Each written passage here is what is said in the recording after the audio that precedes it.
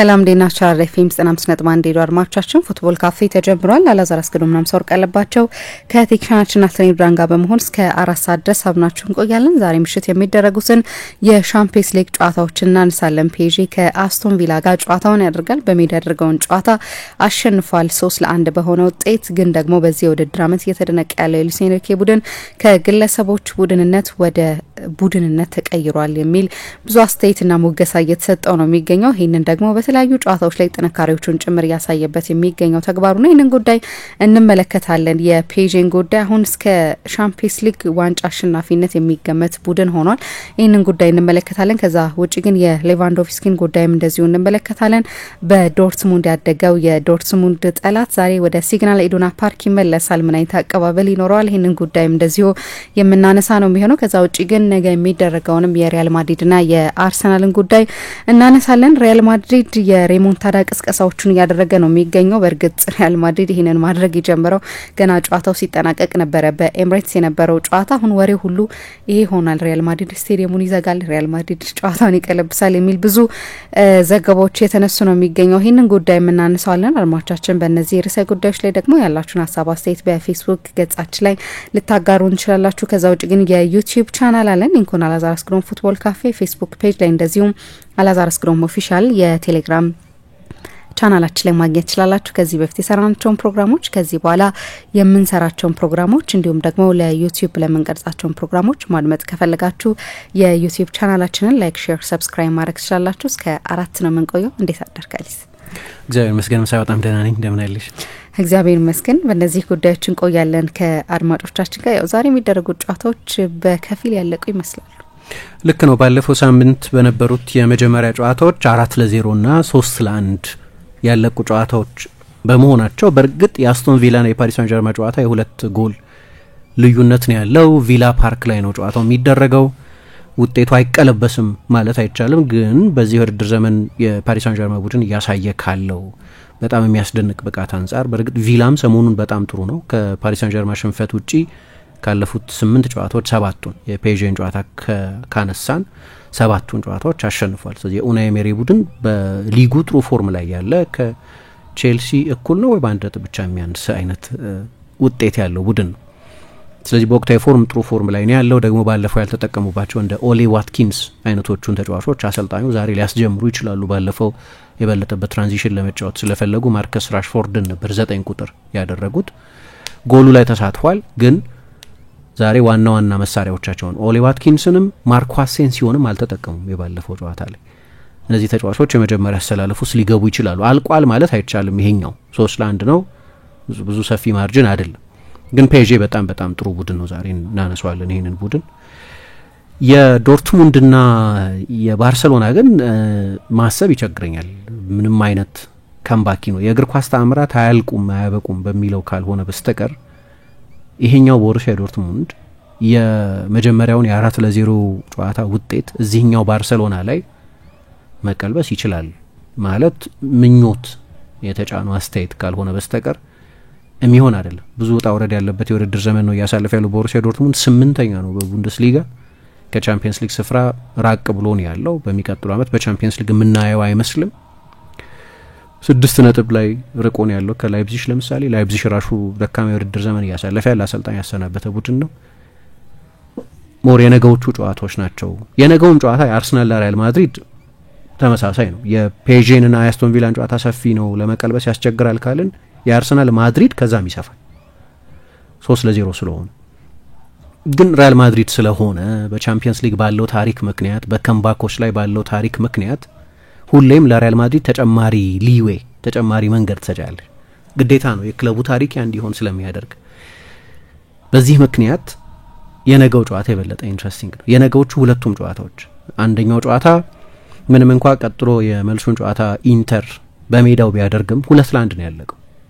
ባየርን በዛ ጨዋታ ላይ በፈጠራቸው የጎል እድሎች ጥራትም መጠንም በጨዋታው ላይ በነበረውን ብልጫ ቀላል ባላጋራ አይደለም። አልቋል ለማለት ያስቸግራል። ኢንተር ፐርሰንት ብታስቀምጪ ለኢንተር የበለጠ ፐርሰንት መስጠትሽ ባህሪያዊ ተፈጥሯዊም ነው። በዚህ ዓመት ቻምፒየንስ ሊግ ያሸንፋሉ የሚል ግምት ከሚሰጣቸው ቡድኖች መካከል አንደኛው ስለሆነ ግን የዛሬዎቹ ጨዋታዎች እንደው ሌላ ፐርስፔክቲቭ ፈልገሽ ካላነሳሽ በስተቀር እንደው እጃችንን እያፋተግን የምንጠብቀው አይነት 4 ሰዓት መቼ ነው የምንልበት አይነት አይመስልኝም። ያው የመጀመሪያዎቹ ጨዋታዎች ግልጽ ምልክት ስለሰጡን እንደማን ወደ ግማሽ ፍጻሜ ሊያልፉ እንደሚችሉ በጣም ግልጽ ኢንዲኬሽን ስላለ በቀደም እንዲያው ምን ታያለሽ መሰለሽ ባርሴሎና ከሌጋኔስ ጋር የተጫወተው ሌጋኔስ 19ኛ ቡድን ነው፣ አስቸጋሪ ቡድን ግን 19ኛ ቡድን ነው እና አሰልጣኝ ሃንዚ ፍሊክ የዶርትሙንድን ስራ ከሞላ ጎደል ሚዲያ ላይ እንደዛ ባይሉትም እንዳጠናቀቁት ስለሚያውቁ ለዚህኛው የመልስ የዶርትሙንድ ጨዋታ ብለው የቆጠቡት ተጫዋች አልነበር ማለት ዲዮንግ ሁሌም የጉዳት ተጋላጭ ስለሆነ የሱን ደቂቃ ማኔጅ ማድረግ አለባቸው። ሌላ አማራጭ የላቸውም። ካልሆነ ኤሪክ ጋርሲያ ነው የሚጠቀሙት። መሸፈን ይችላል ያንን ቦታ፣ ግን የሱ የመጀመሪያ ተመራጭ ቦታ የመሃል ተከላካይነት ነው። በቃ እሱን ነው የበቀደሙ ጨዋታ ላይ በመጀመሪያ አሰላለፍ ውስጥ ያላካተቱት። ለዶርትሙንድ ጨዋታ አሳርፈውታልም ለማለት ያስቸግረኛል። ጨዋታውን ማኔጅ ለማድረግ ሞክረዋል ብል ይሻለኛል። ከዛ ኩባርሲ ያልተሰለፈ ማለት ትልቅ ቀውስ አይመስለኝም። ስፔሲፊክ የሚያጡት ኳሊቲ አለ። በተለይ በቢልድ አፕ ጊዜ የነዚህ እንደ ሮናልድ ኩማን አይነት ፓሶች መስጠት የሚችል ተጫዋች ስለሆነ ግን ኢኒጎ ማርቲኔዝን እና ሮናልድ አራውሆን ካሰለፍሽ እነዚህ በጣም ትልልቅ ልምድ ያላቸው ተጫዋቾች ናቸው። ሁለቱ አጋማሽም ላይ ቀየረው ሲያስገቡ ለምሳሌ ዲዮንግን ሲያስገቡት ያስወጡት አራውሆን ነው። በአራውሆ ፈንታ ነው አማካይ ተከላካይ ሆኖ የተጫወተው ኤሪክ ጋርሲያን የመሃል ተከላካይ አድርገው ከማርቲኔዝ ጋር ያጣመሩት። ስለዚህ አሰልጣኙ ራሳቸው የባለፈውን ሴሌክሽናቸውን ካየሽ አንቸሎቲ የሆነ ተጫዋች ሲቆጥቡ እናያለን።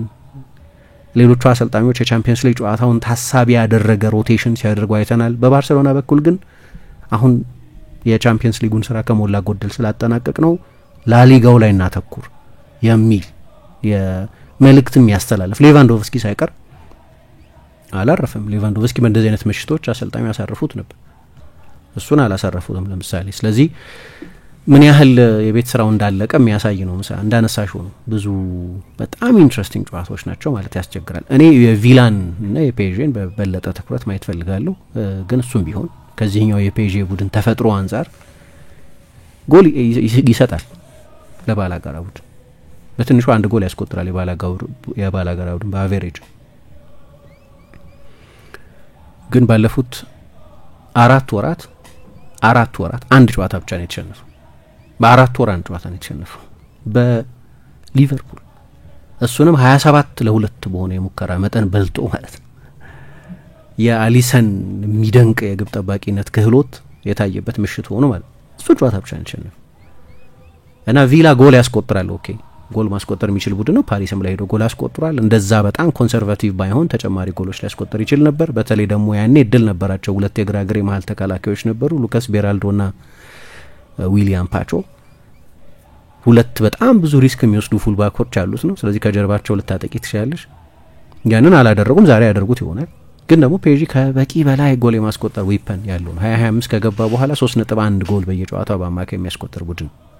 ስለዚህ ቪላ ጎል ያስቆጥራል፣ ግን ያስቆጥራል ፓሪስ ሳን ጀርማን እና እሱም ቢሆን ማለት ነው ጠባብ እድል ነው ያላቸው፣ የታወቀ ነው ጠባብ እድል ነው ያላቸው። ግን ኤሜሪ ናቸው ደግሞ የቻምፒየንስ ሊግ የጥሎ ማለፍ ውድድሮች ከፍተኛ ልምድ ያላቸው አሰልጣኝ ናቸው። ስለዚህ እዚህኛው ጨዋታ ላይ የበለጠ ኢንትረስት አለኝ። ግን እግር ኳስ ነው አይታወቅም።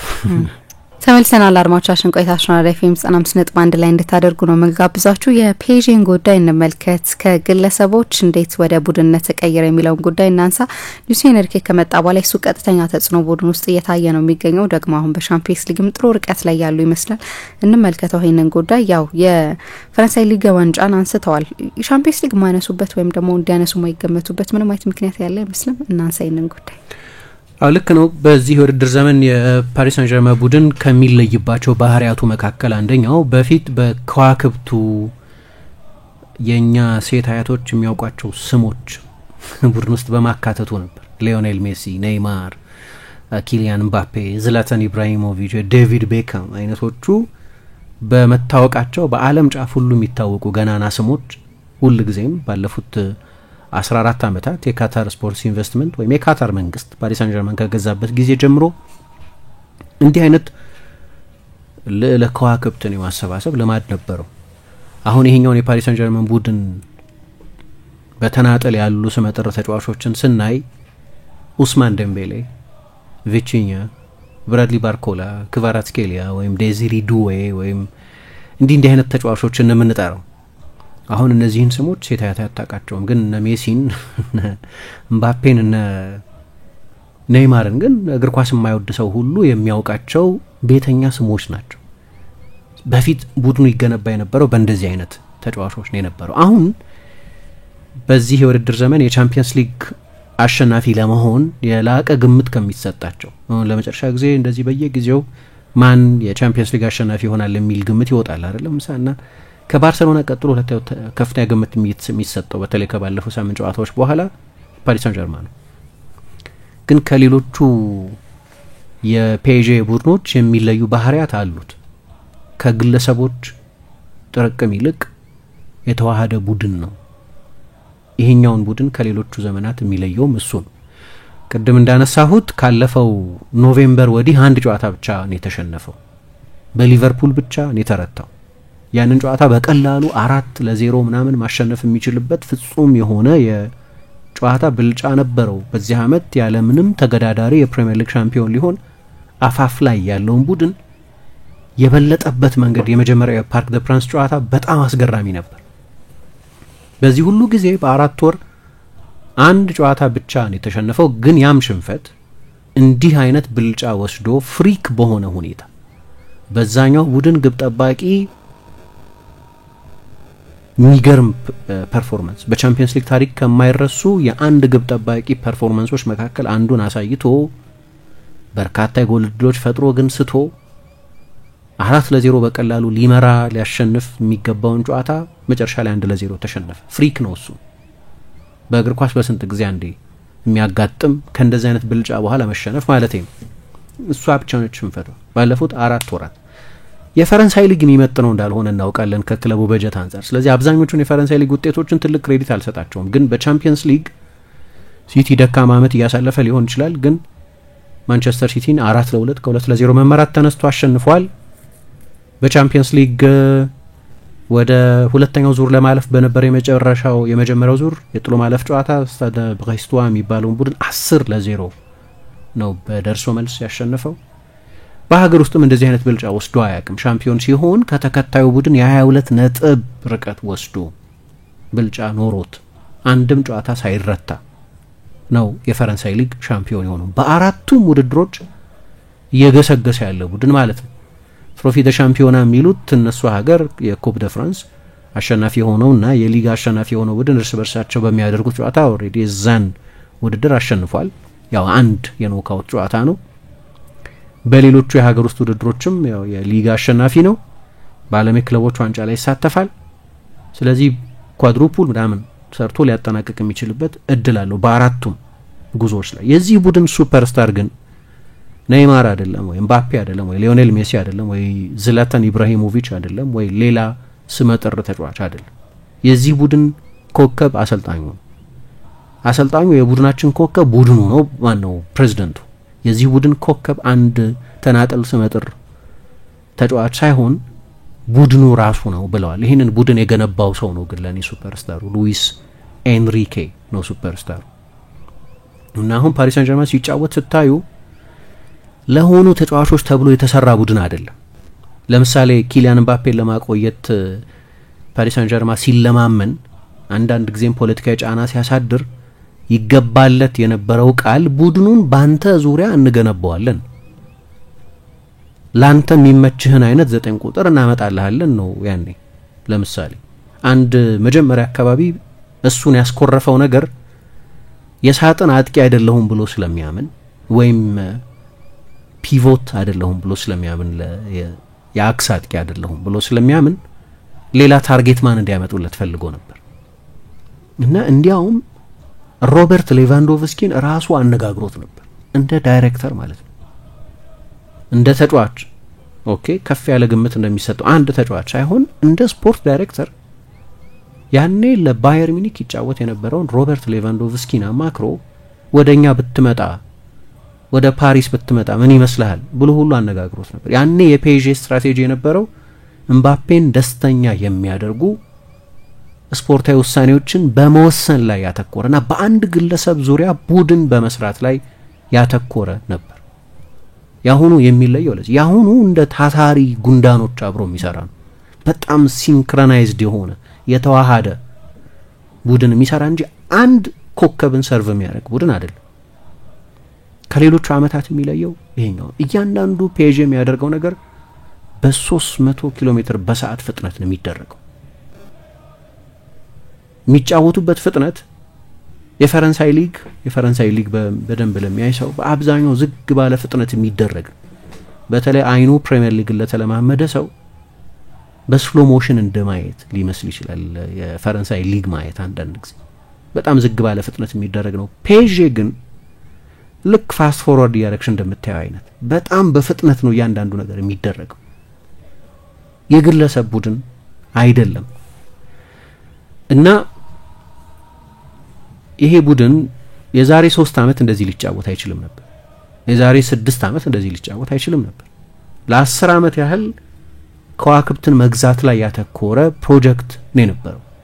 ኔይማር፣ ዴቪድ ቤካም፣ ዝላታን ኢብራሂሞቪች ሲመጡ አላማው ብራንድ መገንባት፣ መለያዎች መሸጥ፣ የሶሻል ሚዲያ የተከታይን መጠን ከፍ ማድረግ ነው። አሁን ባለፈው ናስር አልኸላይፊን አይተሽው እንደሆነ ከሊቨርፑል ጨዋታ በኋላ ለሲቢኤስ የሚሰራው ፒተር ሽማይክል ጠይቋቸው ነበረ።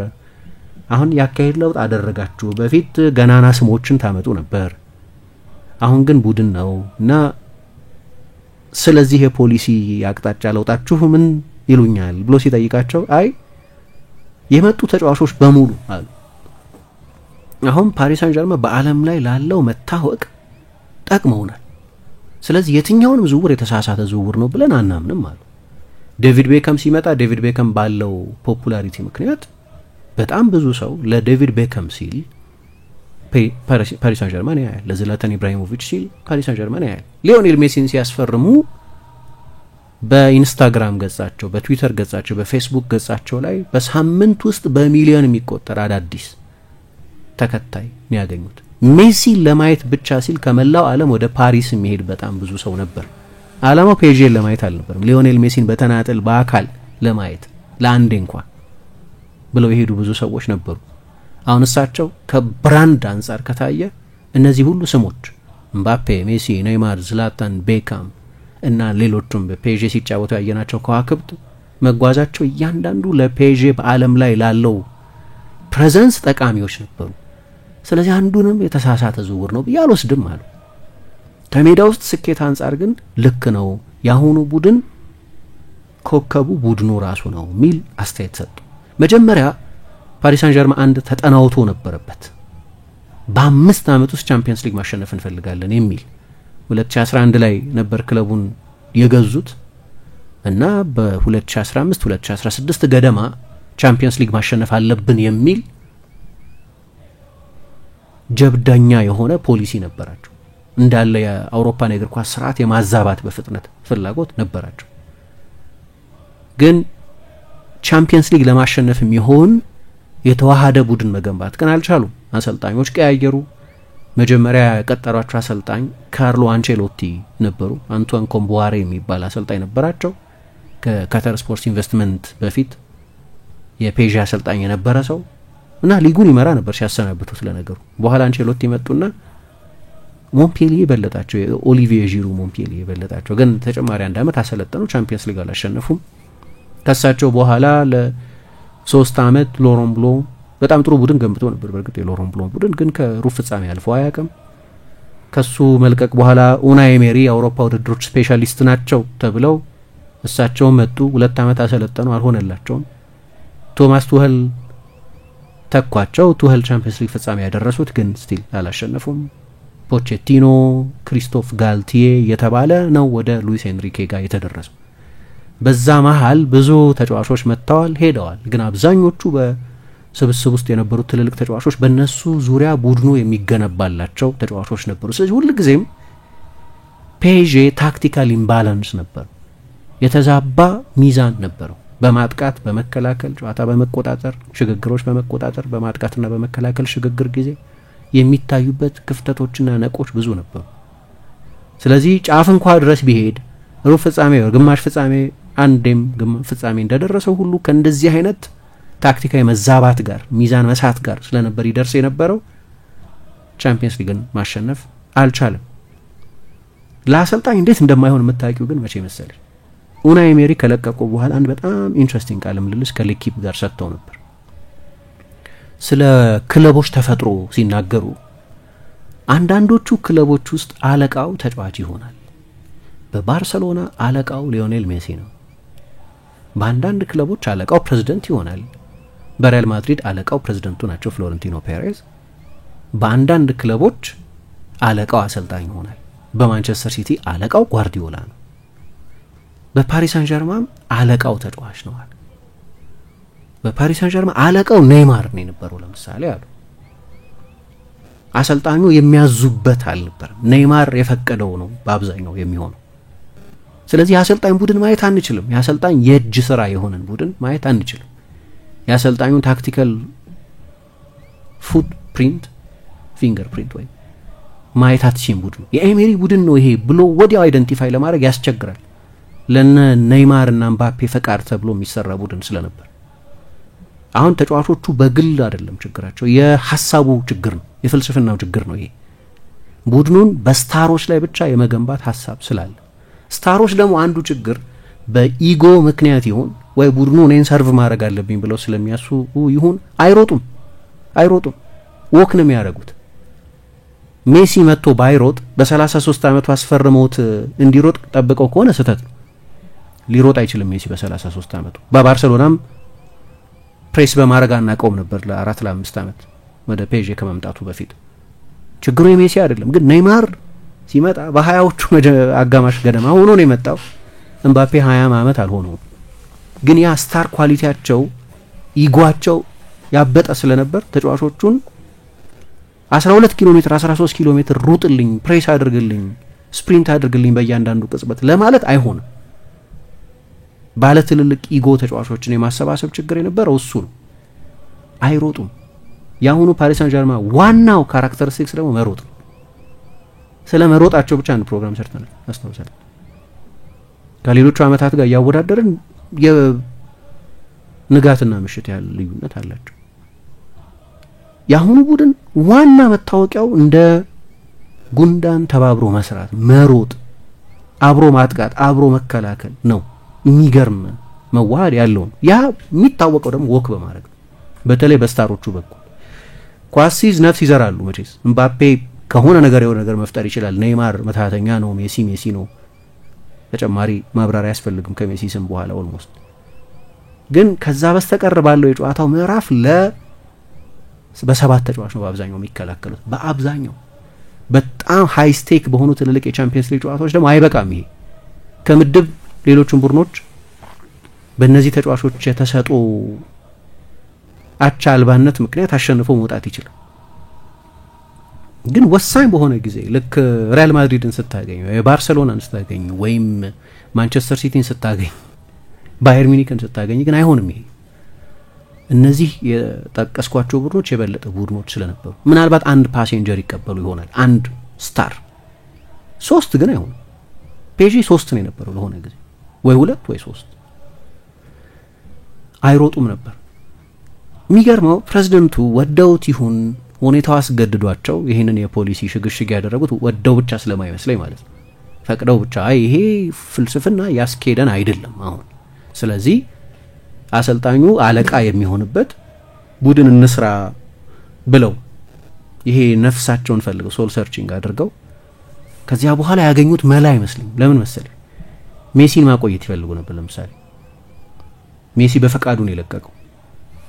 ሜሲ ቢቆይ ኖሮስ ምባፔን ማቆየት ይፈልጉ ነበር እስከለቀቀበት ድረስ። ያላደረጉት ጫና አልነበረም። ምባፔን አይ እኛ ከዚህ በኋላ እንዲህ አይነት ኮከብ በቃ የምንፈልገው የተሰናሰለ ቡድን ለመስራት አይሆንምና ስለዚህ ከዋክብት የለሽ ቡድን እንስራ ብለው ቢሆን አንድ ነገር ነው። አይደለም በአጋጣሚ ነው ያገኙት ነው ብለው እነዚህ ተጫዋቾችን በተቻለ መጠን ማቆየት ይፈልጉ ነበር። በኋላ ሜሲም ወደ አሜሪካ ሄደ፣ ምባፔም ወደ ረጅም ጊዜ ህልሙ ወደ ሪያል ማድሪድ ተጓዘ።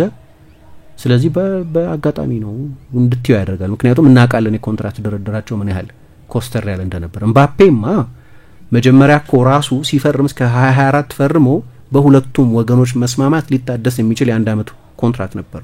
እስካሁን ድረስ መቆየት ነበረበት እኮ በዛ ስምምነት መሰረት እስከ 25 ድረስ ስለሆነ የለቀቀው 24 ነው። ምክንያቱም ኦፕሽናል ነው። ፓሪስ ሰን ጀርማን ራሱ በተናጠል ዩኒላተራሊ ያንን ክሎዝ ትሪገር ማድረግ አይችልም። ራሱን ምባፔ ተስማምቶበት ባይላተራል ስምምነት መኖር አለበት እንጂ ከ25 በላይ ሊያቆዩት ይፈልጉ ነበር። የዚህ ትውልድ የፈረንሳይ ትልቁ የእግር ኳስ ኮከብ እርሱ ነው። ፓሪሳዊ ነው። አምበል መሆኑ አይቀርም ነበር። በተቻለ መጠን እሱን ማቆየት ምን ይሁንልህ እያሉ ማቆየት ይፈልጉ ነበር። ስለዚህ ሲለቅ ምባፔ የሆነ የታሰረበትን ሰንሰለት በጥሶ እንደወጣ ሰው በአመጽ ወጣ እንጂ ፈልገው አይደለም የለቀቁት። አሁን ድረስ ኃይለኛ የፍርድ ቤት ያልተፈታ ጭቅጭቃል። አሁን ከሳሽ ሆኖ የወጣው እንዲያውም የምባፔ የህግ ቡድን ወደ ኦፌንሲቭ ተቀይሯል ጉዳዩ። እንዲያውም በፍርድ ቤት የመረረ ፍቺ ነው እየፈጸሙ ያሉት። ቅያሜያቸው ለምን ትቶ ሄደ ነው። በሪያል ማድሪድ ከዛ በ3 እጥፍ ምናምን ያነሳ ነው የሚከፈለው ተጫዋቹ። አሁን ወደ ስፖርት አምቢሽኑ ሄደ። ገንዘብ ያከማች ኖሯል። አሁን የካታር ሀብት አለው ራሱ። የተወሰኑ የካታር ሀብት ፐርሰንት ወደ ምባፔ ነው ሄደው። ስለዚህ ፈልገውት ምናምን መሆኑ እርግጠኛ አይደለም። ለምን መሰለሽ በየአመቱ ብታይ ከ2017 18 19 አመቱ ሲያልቅ አንድ የውድድር ዘመኑን በሙሉ የሚከልሱበት ቃለ ምልልስ ይሰጣሉ ፕሬዝዳንቱ። እንዲህ አይነት ልማድ አላቸው። በሚቀጥለውማ እንዲህ አናደርግም እያሉ ይናገራሉ። ባሉ በአመቱ ሜሲን ያመጡታል። ለምሳሌ ከዚህ በኋላ ስታር የሚባል እኔ ከክለቡ በላይ ነኝ ብሎ የሚያስብ ተጫዋች ኔይማርን በስም ሳይጠቅሱ በገደምዳሜ እንዲህ አይነት ተጫዋች ምናምን ይሉና የሚቀጥለው አመት ላይ ደግሞ ራሞስ ሜሲ ምናምን ይመጣሉ ማለት ነው። እና የሆነ ፕሪንሲፕል የሆነ ነው ያላምንም የሳቸው ከልማድ ከታሪክ። አሁን ደግሞ እነዚህን ውሎች ካየሽ እጠራጠራለሁ በጣም። እንዲያም ሆነ እንዲህ ግን መላውን አግኝተውታል። ደጋፊዎች ግን ያውቁት ነበር። ደጋፊዎች ያ ብዙ እንደማያራምዳቸው የሚወዱት ቡድን ለመስራት እንደማይሆናቸው ግን ያውቁ ነበር። ሜሲን ማየት ስለሚጠሩ አይደለም፣ ኔይማርን ማየት ስለሚጠሩ አይደለም። እድል ነው ኔይማርን በየሳምንቱ ማየት ወይ ሜሲን ማየት ወይ ምባፔን ማየት። እንደው እንደ አርቲስት በውድ ክፍያ ገብተሽ በአንፊቲያትር ልታያቸው የሚገቡ አይነት አርቲስቶች ጠበብቶች ናቸው እኮ ለፉትቦል። ግን ለወል ስኬት ግን ለትልቁ ስኬት ምክንያቱም ፔዤ ስትሆኚ ካሉት 40 ምናምን ዋንጫዎች በ10 አመት 35ቱን ካሸነፍሽ በቂ አይደለም። በቃ ተለማመጁና እያንዳንዱ ቀጥሎ የሚመጣ የሊግ ክብር ካለፈው ያነሰ ሳቲስፋክሽን የሚሰጥሽ ፎር ግራንትድ መውሰድ ትጀምሪያለሽ። ፔዤ ነው ያውቁታል። በ2 አመት 500 ምናምን ሚሊዮን ዩሮ ለዝውውር አውጥቶ በአውሮፓ ቁጥር 1 ደሞዝ ከፍሎ ኦዜር ላይ በልጥ ነው እንዴ? እሱን ያውቁታል እኮ። ስለዚህ አያስደስታቸውም ለፔዤ ደጋፊዎች። አሁን ለምደውታል፣ ተለማምደውታል። 15 እኮ ደረሰ ሊጋ። ፔዤ ሲገዛ ስንት ነው? 2 ነው 3 ነው የነበረው። ታሪኩ የተለወጠ ክለብ ነው በሀገር ውስጥ ውድድር። እሱን አይለኩትም ወይ ኩፕ ደ ፍራንስ ማሸነፍ ወይ የቀረውን ኩፕ ደ ላ ሊግ ማሸነፍ በቂ አያረከም። ደጋፊዎቹ ግን ኔይማር ላይ ሲጮሁ ኔይማር ላይ አልነበረም የሚጮሁት፣ ወይ ሜሲ ላይ ሲጮሁ ሜሲ ላይ አልነበረም የሚጮሁት። እንደዚህ አይነት ከዋክብቶችን የሚያመጣ ፖሊሲ ላይ ነበር ይጮሁ የነበሩት። ፕሬዝዳንቱ ላይ መጮህ አይችሉማ። ፕሬዝዳንቱ ገብቶ አይጫወቱም መቼስ። ተቃውሟቸውን በተለያየ መንገድ ያሰማሉ። ግን ተጫዋቾቹ የዛ የፓሪስ ሳን ጀርማን ደጋፊዎች የዛ የፓሪስ ሳን ጀርማን ደጋፊዎች ጥቅል ስሜት ቁጣ መወጫ ነበር። ሜሲ ላይ አልነበረም የሚጮኸው፣ ወይ ሜሲ በሆነ ነገር ባደረገው ነገር አልነበረም ያ ተቃውሞ ወይ ኔይማር ላይ አልነበረም። ምባፔ ደግሞ መጨረሻ ላይ ሲለቅ ምናልባት እንደዚህ ቡድኑ እኔን ሰልፍ ሰርቭ ማድረግ አለበት ምናምን ብሎ የሚያስብ አንድ ኮከብን የመያዝ አደገኝነት የሚያሳዩ። አሁን ለኔ አንድም ጥፋት አላጠፋም ምባፔ ከፔዤ በወጣበት መንገድ። ፔዤን ያጠፋው ያ አይነት ሁኔታ እንዲፈጠር ያደረገው ክለቡ ነው የምለው። ያኔም እናገር ነበር። ቃል ገቡለት አይደለም፣ በአንተ ዙሪያ ነው የምንሰራው፣ ለአንተ የሚመች የስፖርት ዳይሬክተር ነው የምናመጣው፣ ለአንተ የሚመች አሰልጣኝ ነው የምናመጣው፣ ለአንተ የሚመች ተጫዋች ጓደኛህ እናመጣልሃለን። ቃል ላይ ገቡለት። ስለዚህ እንዲህ አይነት ስምምነት ካላቸው የት አለ እሺ ቃላችሁን የምትጠብቁት ማለቱ ተገቢና ትክክል። ከክለቡ በላይ አድርጎ ራሱን እንዲያ ያደረገው ክለቡ ነው። እነዛን ተርሞች በገንዘብ ብቻ እኮ አይደለም፣ ጆሮ ጭው የሚያደርግ ደሞዝ የሚሰጡት እነሱ ናቸው። እሱ ብቻ ግን አይደለም፣ ሌሎች የሚፈጽሟቸውንም የማይፈጽሟቸውንም ቃላት ገብተው የሱ ወደ ማድሪድ መሄድ ለካታር መንግስትና ህዝብ ሽንፈት አድርገው ወስደው ነገሩን በዛ መጠን ለጥተው ምባፔን ለማቆየት ያንን ሁሉ ነገር የሚያደርጉት ክለብ ሰዎቹ ናቸው፣ ፕሬዝዳንቱ ናቸው። የካታሩ ኤሚር ሳይቀሩ እጃቸውን እያስገቡ በሱ ዝውውር ጉዳይ መቆየትና መልቀቁ ላይ ከፈረንሳይ ፕሬዝዳንት ጋር እየመከሩ ይሄ ቡድን ማለት ሊያሸንፍ ይችል ነበር። ፔጂ ቻምፒየንስ ሊግ ፋይናል ደርሶ ያውቃል ምናምን፣ ግን ሁሌም የሆነ የተዛነፈ ዲስጆይንትድ የሆነ ቡድን ሁሌ ሲያሳየን የነበረው በቃ ይሄ አይን የሚበዘብዝ የሚያንጸባርቅ ልብስ የሚለብሱ ከዋክብት እና ፈጣን ላምቦርጊኒ ቤንትሌይ ምን መኪኖች የሚነዱ ስታሮች ቡጊቫል ምናምን የሚባል ቦታ ላይ ሰፈር ሁሉ የሚያናውጥ የፓርቲ ድግስ የሚያደርጉ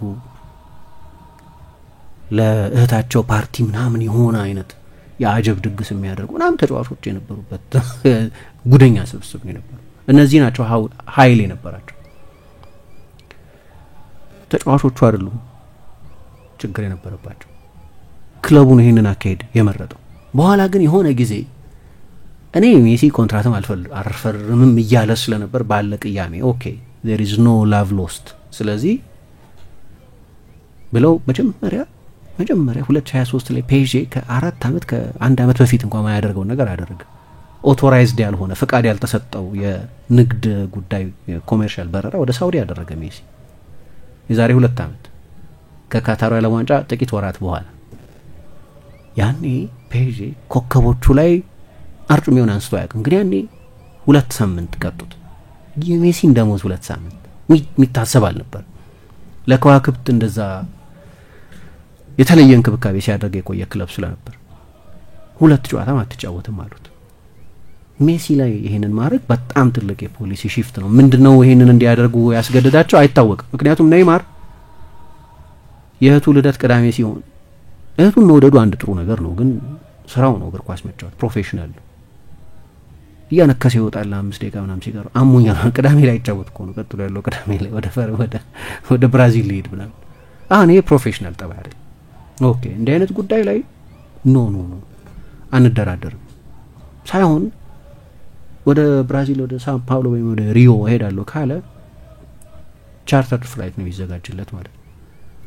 የሜሲ ሲምቦሊክ የሚሆነው ለዛ ነው እንጂ ማንኛውም ተጫዋች ክለቡ ፍቃድ ሳይሰጠው ይሄንን አይነት ነገር ካደረገ በተለይ በዛ ቀን ለምድር ሜዳ ላይ መገኘት ኖሮበት ከሆነ ማንንም ተጫዋች ፕሮፌሽናል ላይ የውል ግዴታውን ስላልተወጣ መቀጣት አለበት። ልክ ነው። ያንን ምን ድራይቭ እንዳደረገው ገምታለሁ። የኮንትራታቸው ጉዳይ የተፋረሰ ስለነበር ከዓለም ዋንጫው ፊት ጨርሶ ነበር አዲስ ውል ሊፈር አልቋል። በቃ ዓለም ዋንጫው ይለቅና ትኩረቴን እዛ ላይ አድርግ እንገፋበታለን ተባብለው ነበር የተለያዩት። ከዛ ነገሮች ተቀያየሩ። ሜሲ መቆየት አልፈለገም። ከማያሚ ጋር እየተነጋገረ ነበር። ወደ ባርሴሎና ሊመለስ ይችል ነበር። ምናልባት ያ ቅያሜ የወለደው ሊሆን ይችላል። ፔዤ ኖርማሊ እንደዛ አያደርግም። ያው ሌሎችም አጋጣሚዎችን ስለምናይ ማለት ነው። ከዚያ ሁለቱም ለቀቁ በ2023 ክረምት እና ሉዊስ ኤንሪኬ መጣ። ሉዊስ ኤንሪኬ በስፔን እና በባርሴሎና የገነባቸው ቡድኖች ስታሮች ያሉትን ቢሆን የወል ቡድን የሱ አሁን ባርሴሎና ሜሲ፣ ኔይማር፣ ሱዋሬስ የነበሩት ግን በጠንካራ ስራ የሚታማ ቡድን አልነበር። ሲፈልግ ከከዋክብት ጋር የሮም ጣዖት ነው የሚባለውን ቶቲ ተጠባባቂ ወንበር ዳንኤል ደሮሲን ተጠባባቂ ወንበር የሚያደርግ ከሜሲ ጋር የሚጣላና ሜሲን ፖለቲካሊ የሚያስኬደው አልነበረም። ስለዚህ ከሜሲ ጋር ነገሩን አስተካከል ነበር። ግን ሜሲን ሳይቀር ከጨዋታ ውጭ ያደረገ ራሞስ ለስፔን ብሔራዊ ቡድን አልጠራም ያለ ትቶት ሄደ ወደ ዓለም ዋንጫ ነው ወደ አውሮፓ ዋንጫ ያለፈው የአውሮፓ ዋንጫ 2021 ትልልቅ ውሳኔዎች ለመወሰን ችግር የሌለበት ነው። ሲመጣም እኮ አሁን ያየነው ክሊፕ ላይ እኮ ለብቻው አንድ ታክቲካል ሩም ውስጥ ምባፔን አስቀምጦት ስለመሮጥ ይጮህበት ነበር። የጆርዳን አድናቂ ነኝ ትላለህ አይደል አንተ? ጆርዳን እኮ እንደ እንስሳ ነው የሚሰራው። ጎል ማን ይችላል? ታስቆጥራለህ እኮ ምንም እሱን አልጠራጠርህም። ግን ጎል በማታስቆጥርበት ጊዜ ታግዘናለህ ወይ? እሱን ታደርጋለህ። ጆርዳን እሱን ነው የሚያደርገው። ካልሆነ የጆርዳን አድናቂ ነኝ አትበል። የጆርዳን ፋን ነኝ አለ። ጆርዳን ጠንካራ ሰራተኛ ነው ይል ነበር። ምባፔም እያለ ሳይቀር ምባፔ ኮከብ ነው፣ የፓሪስ አለቃ ነው ብሎ ለሱ ሰብዲው የሚያደርግ ሰው አልነበር። ሌላ በጣም ጠንካራ ካራክተር ያመጡት ወደ መልበሻ ክፍሉ። ግን አንድ ያደረጉት ለውጥ ቢያንስ በአደባባይ አሁን አላማችን ቻምፒየንስ ሊግ ማሸነፍ ነው ማለት ደግሞ አቆሙ። ናስር አልኸላይፊ ራሳቸው አሁን የኛ አላማ ቻምፒየንስ ሊግ ማሸነፍ አይደለም፣ መጀመሪያ የቡድኑን ፐርፎርማንስ ከፍ ማድረግ ነው። መጀመሪያ ግን በ5 ዓመት ቻምፒየንስ ሊግ ማሸነፍ አለብን የሚል ግዴታ አስቀምጠው ነው የጀመሩት። በአምና ቻምፒየንስ ሊግ ግማሽ ፍጻሜ የደረሰው አስተማማኝ ቡድን ተሰርቶ የተጠናቀቀ ቡድን አልነበረም፣ ግን ሴሚ ፋይናል ደርሶ ነበር። ከዶርትሙንድ ጋር በነበሩት 2 ጨዋታዎች 6 ጊዜ ብረት መልሶበታል። በ2 የቆሙ ኳሶች ጎሎች ነው የተሸነፈው። ዶርትሙንድ ማለፍ ይገባው ነበር፣ ግን ሴሚ ፋይናል ድረስ ደርሶ ነበር አምና በአሰልጣኝ ኤንሪኬ የመጀመሪያው ሲዝን። ይሄኛው የውድድር ዘመንም ላይ ተመሳሳይ አጣብቂኝ ነበር። የመጀመሪያ የቻምፒየንስ ሊግ የምድብ ጉዟቸው በአንዳንዶቹ ጨዋታዎች ላይ በፐርፎርማንስ ለምሳሌ ከአርሰናል ጋር በነበረው ጨዋታ መጥፎ ነበሩ። በአርሰናል ክፉኛ ተበልጠው ነው የተሸነፉት። ለምሳሌ በአትሌቲኮ ማድሪድ ሲሸነፉ ግን አትሌቲኮ ማድሪድ ላይ ልክ ሊቨርፑል ላይ ያደረጉት 30 ሙከራ ሞክረው ባለቀ ሰዓት ባለፈው አስቶን ቪላ ያስቆጠረውን አይነት የመልሶ ማጥቃት ጎል በአንሄል ኮሪያ አማካኝነት ተቆጥሮባቸው ነው የተሸነፉት። አንዳንዶቹ ጨዋታዎች ላይ መጥፎ ሆነው አንዳንዶቹ ጨዋታዎች ላይ ደግሞ ጥሩ ተጫውተው ግን ለጥሩ መጫወታቸው የሚመጥን ውጤት ሳያገኙ ቀርተው ነው ከምድባቸው ማለት ከመጀመሪያው ይሄ የሊግ ፎርማት ነው አይደለም የዘንድሮ ፎርማት ከዛ ለማለፍ የቸገራቸው። ከዛ በኋላ ግን ከገና በኋላ በተለይ ይሄኛው አመት ከገባ በኋላ ግን ሌላ ታሪክ ነው። አንደኛ ምርጥ የስፖርት ዳይሬክተሮች አሉ። አሁን በዝውውር ባለፉት 2 አመታት ሱፐርስታር ማምጣትን ቀንሰው ወይ ኦልሞስት ትተው ውድ ናቸው እኮ ተጫዋቾቹ አሁንም ቢሆን ከፍተኛ ገንዘብ የሚከፈልባቸው ናቸው፣ ግን ፕሮፋይላቸው ግን ይለያል። እሱ ነው ልዩነቱ። ሉዊስ ካምፖስ ባለፉት 20-15 አመታት በአውሮፓ በጣም ከሚደነቁ የስፖርት ዳይሬክተር ባለሙያዎች መካከል አንደኛው ናቸው። የፖርቱጋልን፣ የጣሊያንን፣ የፈረንሳይን ገበያ የሚያስስ የዝውውር ፖሊሲ መከተል ጀምሮ አሁን ፈረንሳይ መቼስ የተሰጦች ማዕድን ነው ልትዩ ትችላለች። በየአመቱ አንድ ስታር ይወጣል።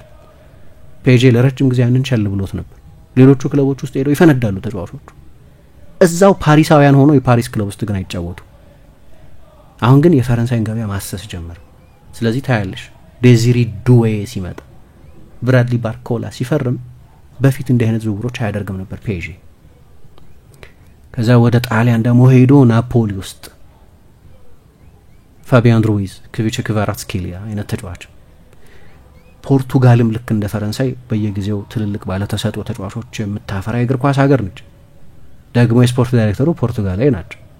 የሀገራቸውን እግር ኳስ በሚገባ ያውቁታል፣ ብዙ ኮንታክትም አላቸው። ስለዚህ ቪቺኛን፣ ኑኖ ሜንዴሽን፣ ጆአው ኔቬሽን አሁን እዚህ ቡድን ውስጥ የምናያቸው ምርጥ ተጫዋቾች ወደ ቡንደስሊጋ ሄደው እንደ ዊሊያም ፓቾ አይነቱን ተጫዋችም ደግሞ ያመጣሉ። አሁን ከዚህ አመት ምርጥ የአውሮፓ ፈራሚዎች መካከል አንደኛው ይሄ ቀድሞ የፍራንክፉርት ተከላካይ ነው። ከፍራንክፉርት ነው ያመጡት።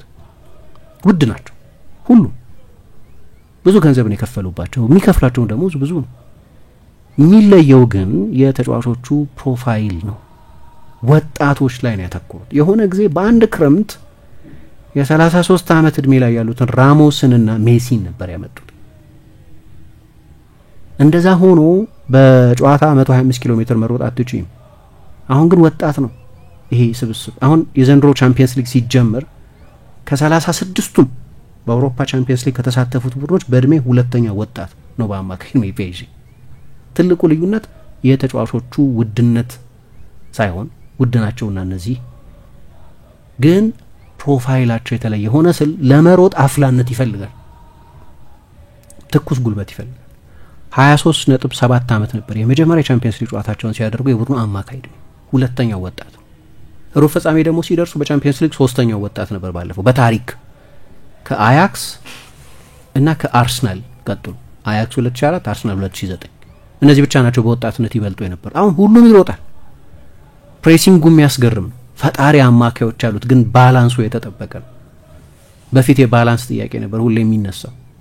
ጎል ቢያስቆጥርም የሚቆጠርበት ቡድን ስለነበር ጎል ማስቆጠሩ በቂ ስላልነበር፣ አንዳንዴ ደግሞ ጎል ሳያስቆጥርም ይወጣል። ከሚኒክ ጋር የዛሬ 2 አመት በደርሶ መልስ አንድም ጎል ሳያስቆጥር ነበር ተሸንፎ ይወጣል። ሜሲ እና ኔይማርን እምባፔን ይዞ ጀመር። ሶስቱ አማካዮች ልተነበያቸው አትችይም፣ በማያቋርጥ ሙቭመንት ውስጥ ነው ያሉት። እና አርነ ስሎት ከሊቨርፑል ጨዋታ በኋላ በዚህ አመት እንደ ፓሪስ ያደከመን ቡድን አልነበረም፣ በስራ አውትወርክ ያደረገን ቡድን አልነበረም አሉ። ሊቨርፑል በዚህ ውድድር ዘመን እስካሁን ድረስ ጥቂት ፓስ ያደረገበት ብዙ ዱዌሎች የተሸነፈበት ጨዋታ የመጀመሪያው የፓሪስ ጨዋታ ነው። የእነዚህ ነገሮች ከባላጋራ ቡድን የበለጠ መሮጥ፣ ከባላጋራ ቡድን የበለጠ የአንድ ለአንድ ፍልሚያዎች ማሸነፍ፣ ይሄንን ሁሉ ማድረግ ድሮ የፒኤስጂ ካራክተር አልነበር። ኢቭን ቢያሸንፍም ማለት ነው አሸንፈውም እንኳ ቢወጣ በእንደዚህ ባህሪዎች የሚታወቅ ቡድን አልነበረም። የቡድኑ ትልቁ ስም ዴምቤሌ ነው። ሜዳ ውስጥ ካሉ ተጫዋቾች መካከል ለባሎንዶር ተፎካካሪ ነው ምናምን ይባላል። ሁሌም ባለ ተሰጥኦ ነበር። ግን የእሱን ስም ከሜሲ ጎን ካስቀመጥሽው ኮከብ አይደለም። ደህና ተጫዋች ነው። የፈረንሳይ ብሔራዊ ቡድን ተጫዋች ነው። ያለ ዋንጫ አሸናፊ ነው። ግን ስታር አይደለም። አሁን ቡድኑ ነው ስታሩ፣ ቡድኑ ነው ምርጡ ስብስብ። አሁን በአውሮፓም ይሄ የክላሲክ የስታር ቲም የሚባል የድሮ አይነት ስታር ቲም እየቀረ ነው። የሆነ ለኤግዚቢሽን ጨዋታ የተሰባሰቡ የሚመስሉ ስመጥር ተጫዋቾች ስብስብ እየቀረ ነው። የለም። በዚህ ሊጠቀስ ከቻለ ሪያል ማድሪድ ነው ሊጠቀስ የሚችለው ቪኒ እና ምባፔ አይነት ተጫዋቾች ስላሉት እና ባለፈው ከአርሰናል ጨዋታ በኋላ በጣም ካነጋገሩት ስታቲስቲክሶች መካከል አንደኛው ከአርሰናል በ12-13 ኪሎ ሜትር ያነሰ ሮጡ ነው ወይ የነሱ ፕሬሸር ተለክቶ ነው። አምና ለምሳሌ የበለጠ ባላንስድ ነበር። ስታሮቹ እንዳሁኑ ብዙ ስላልነበሩ የበለጠ ባላንስድ ስለነበር ክሩስ ሲኖር ናቹራል እኮ ነው ነገሩን ስታይ ክሩስ ሲኖር አማካይ አስወጥተሽ አጥቂ ስታስገቢ አንዳንድ ሁለት አማካይ አራት ኦፌንሲቭ ተጫዋች አራት አውት ኤንድ አውት የማጥቃት ተጫዋች ስትጠቀም ኦኬ ሚዛኑ ይፋለሳል። ይሄ ብዙ አዋቂ ሊቅ ምናምን መሆን አይጠይቅም። እና ቡድኑ በሚፈጠርበት ባህሪ በስሪቱ ፍልስፍና ብዙ ባይወደድም ግን በሚጫወተው እግር ኳስ ግን ይወደዳል። አሁን የፈረንሳይ እግር ኳስን አጥፍቶታል። ሁሌ እንደምለው 35 ዋንጫ አሸነፈ። ቀጥሎ ያለው ቡድን ከሁለት ዋንጫ በላይ አሸንፎ አያውቅም። በ12 ዓመት በ13 14 ዓመት ደሞዙ ለፉክክርም የሚቀርብ አይደለም። ከ1 እስከ 20 በፈረንሳይ ብዙ ደሞዝ የሚከፈላቸው ተጫዋቾች ብትይ ከ1 እስከ 20 ፓሪስ ሰን-ዠርማን ተጫዋቾች ናቸው። እና ይሄው ኦፍኮርስ ዋንጫ እየገዙ ነው። እዛ መግዛት ነው። ይሄ ከ2023 ብቻ ወዲህ 2 ዓመት እንኳን አልሞላም 550 ሚሊዮን ዩሮ ነው ለዝውውር ያወጡት። በደሞዝ አንደኛ ናቸው። አሁን በአውሮፓ ከሁሉም ክለብ የበለጠ ይከፍላሉ። ግን በመጨረሻ ደስ የሚል እንደ ቡድን የሚጫወት ሆነ። ሉዊስ ኤንሪኬ ነው ይሄንን የሰራው። ለዚህ ነው ከግለሰቦች ጥርቅም ስብስብ ወደ ቡድንነት የተለወጠ። አሁን 100 ጨዋታ አደረገ በቀደም 70% አሸነፈ። ግን የአሰልጣኙን ፉትፕሪንት ታይበታል። በቀደም ከአስቶን ቪላ ጋር በነበረው ጨዋታ አንድም ንጹህ 9 ቁጥር አልተጠቀመም ቡድኑ። ግን ማይቆም ሙቭመንት ነበረው። ተጫዋቾቹ እነዛን አንግሎች ለመፍጠር ያለማቋረጥ ይሮጡ ነበር። በተቻለ መጠን 7 የማጥቃት ተጫዋቾች ደግሞ ሜዳ ውስጥ በአንድ ጊዜ ይጠቀማል። 2 በጣም የሚያጠቁ ፉልባኮች ስላሉ አንድ ያፈረሱት ሰው ሁሉ የሚግባባበት ነጥብ ግን ምን መሰለህ? ያለ 9 ቁጥር ማሸነፍ አይቻልም ይባላል። 9 ቁጥር ከሌለ የሊግ ዋንጫ መውሰድ አይቻልም። ይሄ ፒኤስጂ 9 ቁጥር የለውም። ጎንካሎ ራሞስ ነው በቃ ንጹህ 9 ቁጥር የሚባለው ተጫዋች። ግን ባለፉት 3 የቻምፒየንስ ሊግ የጥሎ ማለፍ ጨዋታዎች ከሊቨርፑል ጋር 2ቱን ከቪላ ጋር 14 ደቂቃ ነው በድምር የተጫወተው። 14 ደቂቃ ብቻ ነው የተጫወተው። የሊቨርፑል ጨዋታ ላይ መለያ ምት እንዲገባ ነው የገባው። 9 ቁጥር ነው ጎል አስቆጣሪ 9 ቁጥር። አይ 9 ቁጥር ግድ ነው ምናምን ካሉ ሰዎች ፒኤስጂ ደንበኛ ዴሚስቲፊኬሽን ለዚህ 9 ቁጥር የግድ ነው ምናምን ተብሎ ሚስቲፋይ ለሚደረግ ነገር ደንበኛ ማሳያ ነው። ቪላን ሲያሸንፉ 9 ቁጥር አልነበራቸውም። 3 አጥቂዎች ክቫራትስኬሊያ፣ ዴዚሪ ዱዌና ዴምቤሌ ናቸው። ግን 3ቱም ያለማቋረጥ የሚሮጡ ናቸው። ፋቢያን ሩይስን አሁን እነዛን ሩጫዎች ለምሳሌ ፕሪዲክት ማድረግ አትችልም። በተደጋጋሚ ሳጥን ውስጥ ይገኛል።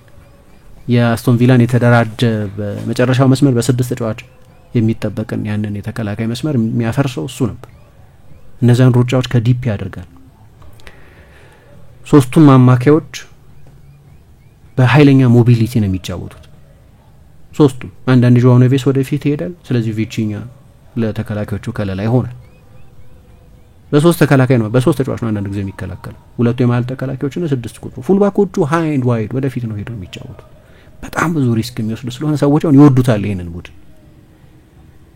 እና እዛ ጨዋታ ላይ ቪላ 9 ጊዜ ብቻ ነው በአስቶን ቪላ ሳጥን ውስጥ ኳስ የነካው። ፒኤስጂ 59 ጊዜ ነው ኳስ የነካው። ልዩነቱ እንደዛ በጣም ሰፊ ነው።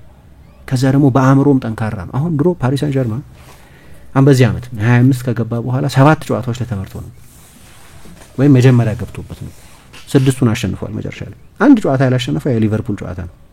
እንግዳ ጨዋታ ነው እሱን በብዙ መንገድ በሁሉም ስታቲስቲካል ሜትሪክ የበለጡበት ጨዋታ ማለት ነው። በአእምሮም በጣም ጠንካራ አድርጎታል። በብዙ ጨዋታዎች ላይ ይመራል። የቪላው ጨዋታ ላይ ተመርቶ ነበር። ከዛ ግን ሪከቨር ያደርጋል። በፊት እንደዚህ አልነበር። በፊት እንዲያውም የሚታወቀው ኮላፕስ በማድረግ ፔዤ እንደዛ ነበር የሚታወቀው። ባርሴሎናን 4-0 አሸንፎ 6-1 የሚሸንፍ፣ ማድሪድን 15 ደቂቃ እየቀረው 1-0 እየመራ ምናምን በኋላ 3-1 የሚሸንፍ፣ ማንቸስተር ዩናይትድን ኦልድ ትራፎርድ ላይ 2-0 አሸንፎ በመልሱ ጨዋታ 3-1 የሚሸንፍ፣ እንደዚህ አይነት ጭራሽ ከምባኮች የሚደረጉበት ቡድን በመሆን ነው ይታወቅ የነበረው። አሁን ቢመራም አያልቅም። ምክንያቱም አሰልጣኙ ቡድን እንዲሰራ ስለተፈቀደለት በመጨረሻ ሌሎቹ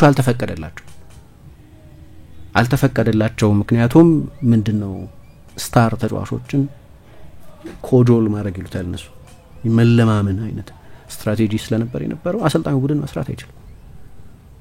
የሱ መቆየትና መሰናበት ላይ የሚወስን ተጫዋችን በተመለከተ እንዴት አድርጎ ቡድን ይሰራል? ምባፔ ይሄ አሰልጣኝ ይቆይ ይባረር ማለት ይችላል ወይም እንዲህ አይነት ፓወር ሰጥተውት ነው። ክለቡ ለእንደዚህ አይነት የስታር ፓወር ተገዝቶ ስለነበር አሰልጣኙ እንዴት አድርጎ ቡድን ይሰራል? ይሄ ነገር ይሞክራል፣ ኦኬ፣ ግን አይሆንም። አስቸጋሪ ነው ማለት ነው ለማንም አሰልጣኝ እንጂ በስመጥር አሰልጣኞች እኮ ነው ባለፉት አመታት ይቀጥር የነበረው።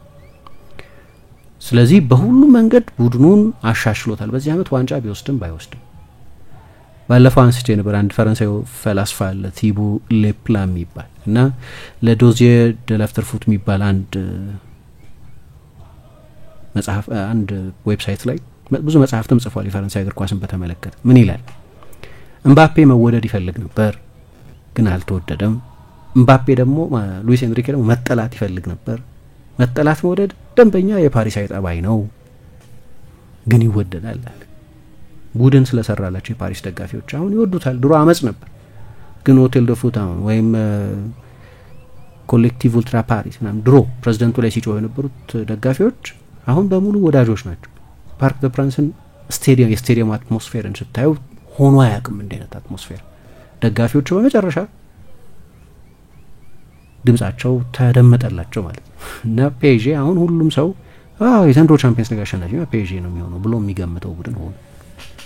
ዛሬ ግን መጀመሪያ ስራ አለባቸው።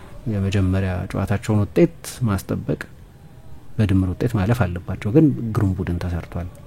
ዛሬ 4 ሰዓት ከቪላ ጋር በቪላ ፓርክ ልዩ የስቴዲየም ድባብ እንደሚኖር ነው የሚጠበቀው በቪላ ፓርክም